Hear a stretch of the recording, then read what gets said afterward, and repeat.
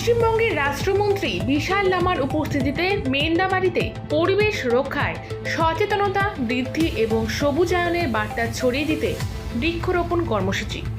পশ্চিমবঙ্গে প্রতি বছর 14 থেকে 20 জুলাই অরণ্য সপ্তাহ পালিত হয় এবং এই উপলক্ষে কোটি কোটি গাছের চারা রোপণ এবং বিতরণ করা হয়। 2026 সালে অরণ্য সপ্তাহে রাজ্য জুড়ে 7 কোটি 20 লক্ষ থেকে 7 কোটি 50 লক্ষ চারা গাছ লাগানোর এক বিশাল লক্ষ্যমাত্রা নেওয়া হয়েছে।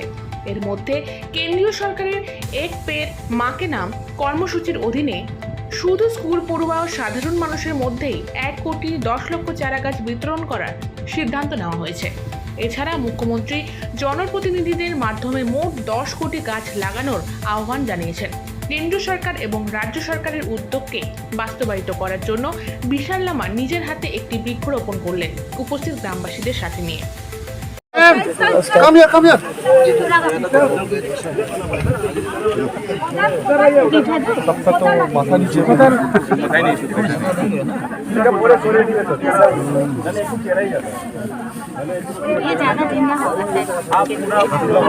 इसको आप लोग बचाएंगे, जरूर बचेगा।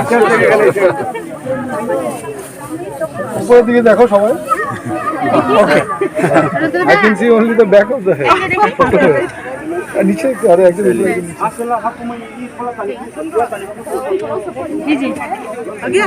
Okay thank you. তিনি বৃক্ষরোপণ করার পর উপস্থিত পরিবেশ প্রেমীদের কি বার্তা দিলেন শুনুন। हमारे जनजीवन में इसकी कितनी क्षति हो रही है, तो हमारी सरकार पश्चिम बंगाल सरकार इस पूरा सप्ताह में पेड़ लगाने का और लोगों को प्रोत्साहन करने का काम कर रही है। और भारत सरकार जो कि आप सब जानते हैं, एक पेड़ माँ के नाम को माँ को एक डेडिकेट करते हुए एक पेड़ लगाना है, उसको अच्छा से बचाना भी है। और ये जो पर्यावरण में जिस प्रकार के जो बदलाव जो हो रही है, तो कहीं ना कहीं आज बहुत सारी जगहों पे, विशेष करके हमारे यहाँ तो उतनी समस्या नहीं है क्योंकि हरी भरी जंगल के बीच में ही हम लोग रहते हैं, चारों तरफ हमारे यहाँ ये। फिर भी ऐसी कई जगह है जहां शुद्ध वातावरण शुद्ध हवा तक का मिलना आज असंभव हो गया है। तो आने वाले दिनों में हमारे यहाँ भी ये स्थिति ना हो, इसके लिए अभी से हमें सोचना है और सरकार के साथ समन्वय रख के आने वाले दिनों में हमें यहाँ काफी माने तादाद पर जो पेड़ लगाना है माँ के नाम पे, और उसको बचाना है, संरक्षण भी करना है, जंगल को भी संरक्षण करना है, साथ ही साथ अपना परिवेश को भी बचाना है। यह एक उद्देश्य लेके माँ के नाम एक पेड़, और यह पूरा जो सप्ताह आपका 20 तारीख तक का ये जो कार्यक्रम है, सभी से या सरकार की ओर से भी एक अनुरोध है कि सब जो है पेड़ लगाए और वातावरण को शुद्ध और क्षेत्र को जो है हरा भरा बनाए रखे। या एक पॉलिसी या एक आपका निर्देश भी सरकार की ओर से भी है, जो हमारे लिए जो है काफी आने वाले दिन अपने भविष्य के लिए, इन बच्चों के लिए हमें एक अच्छा वातावरण और एक अच्छा जो है लेके जाना है, अच्छा वातावरण देके जाना, अच्छा समाज देके जाना है, यह एक ध्येय है। और यह जो कार्यक्रम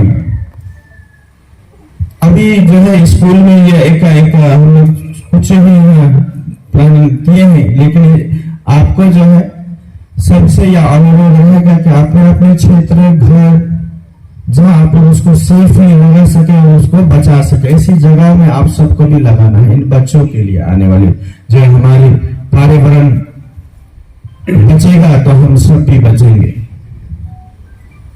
हमारे बच्चों के पाठ्यक्रम में अभी इन्वायरमेंट स्टडीज तो है ना सर, तो हम लोग भी जब पढ़ाते थे बच्चों को तो इस विषय भर के हमारे यहाँ क्या है ना कि बहुत सारे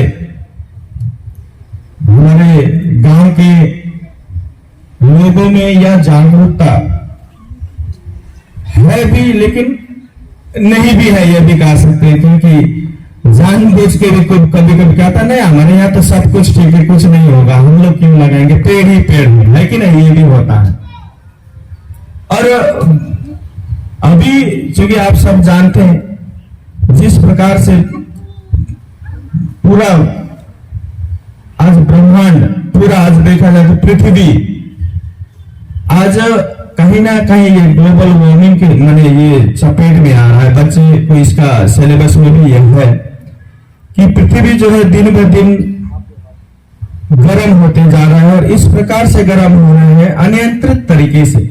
समय जैसे गर्मी या बारिश का बरसना भी इस प्रकार से हो रहा है, कहीं कम पड़ रहा है, कभी ज्यादा पड़ रहा है, अनियंत्रित तरीके से यह हो रहा है। कहीं ना कहीं इसका भी पर्यावरण से इसका संपर्क है, कहीं ना कहीं ये माने कहीं ना कहीं ये बैलेंस जो है बिगड़ रहा है, जिसका यह भी एक कारण है कि दिन आजकल लोगों में जो एक फॉरेस्ट में जिस प्रकार से डिफॉरेस्टेशन आए दिन हो रहे हैं, चोरी हो रही है, लॉग्स पेड़ों की चोरी हो रही है, कहीं ना कहीं कितने बार कहने के बावजूद वहां फॉरेस्ट की निगरानी के बावजूद ऐसा हो भी जाता है। हालांकि यह हमारे क्षेत्र में कम है, ना के बराबर ही देखेंगे, लेकिन कुछ कुछ क्षेत्रों में काफी ज्यादा है, जिसका क्या होता है कि जंगल पतला होते जा रहा है, वहाँ पेड़ नहीं मिलता है, जो है वहाँ के जानवरों को खाना नहीं मिलता है, वहाँ को ठीक से जिनके वो घर जो आश्रय उनका है उसका आश्रय टूट रहा है, तो निश्चित रूप से ये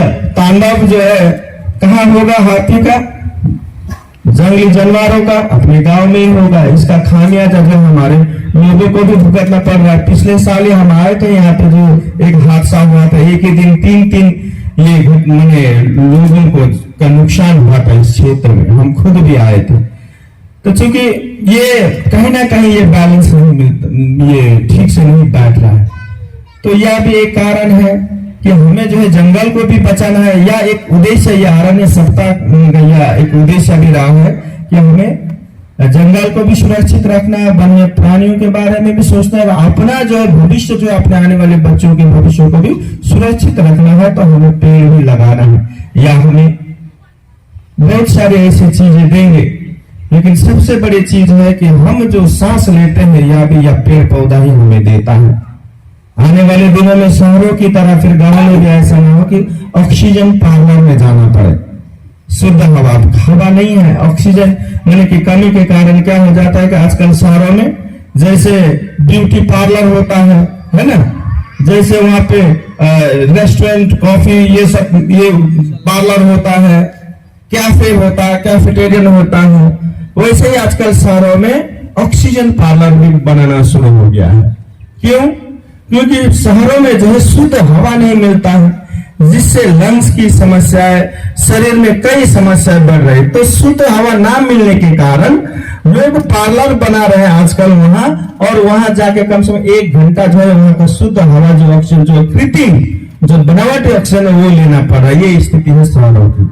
तो आने वाले दिनों में हमारे गांव की ऐसी स्थिति ना हो, हमें अभी से गांव में भी ये हमें लोगों को भी सचेत और सजग बनते हुए या एक अवेयरनेस कार्यक्रम जो आज या अवेयरनेस कार्यक्रम है, ऐसे अवेयरनेस कार्यक्रम सब जगह पर होना चाहिए। প্রতি বছর যেইভাবে চারা বিতরণ করা হয় সরকারি অর্থ ব্যয় করে তার বাস্তব সার্থকতা তেমন নজরে পড়ে না। রাস্তার পাশে যেইভাবে গাছ লাগানো হয় সেই গাছগুলো পূর্ণবৃক্ষে রূপান্তরিত হয় না। প্রত্যেক বছর যেভাবে গাছ লাগানো হয় সেই গাছগুলো যদি পূর্ণ গাছে পরিণত হতো তাহলে হয়তো আমাদের উত্তরবঙ্গের আবহাওয়া অন্যরকম হতো। গাছ লাগানো হয় কিন্তু গাছ সংরক্ষণের সঠিক ব্যবস্থা অবলম্বন করা হয় না, এটা বলা যেতেই পারে। কারণ সেকেন্ডারি লাইসেন্সের মিলগুলোতে এবং অন্যান্য মিলগুলোতে দেখা যায় অজস্র গাছের গুঁড়ি, যেগুলো সরকারি অনুমতি ছাড়াই কেটে ফাড়াই করা হচ্ছে মিলে। প্রশ্ন, যে পরিমাণ গাছ কাটা হয় সেই পরিমাণ গাছ সংরক্ষণ করা হয় কি? রাজ্য এবং কেন্দ্রীয় সরকারের এই উদ্যোগ প্রশংসনীয়, কিন্তু বাস্তব রূপদানকারীরা কি সঠিক ভূমিকা পালন করছে? এখন সরকার পরিবর্তন হয়েছে, এই সরকার পারবে কি উত্তরবঙ্গকে সবুজায়নে পরিণত করতে?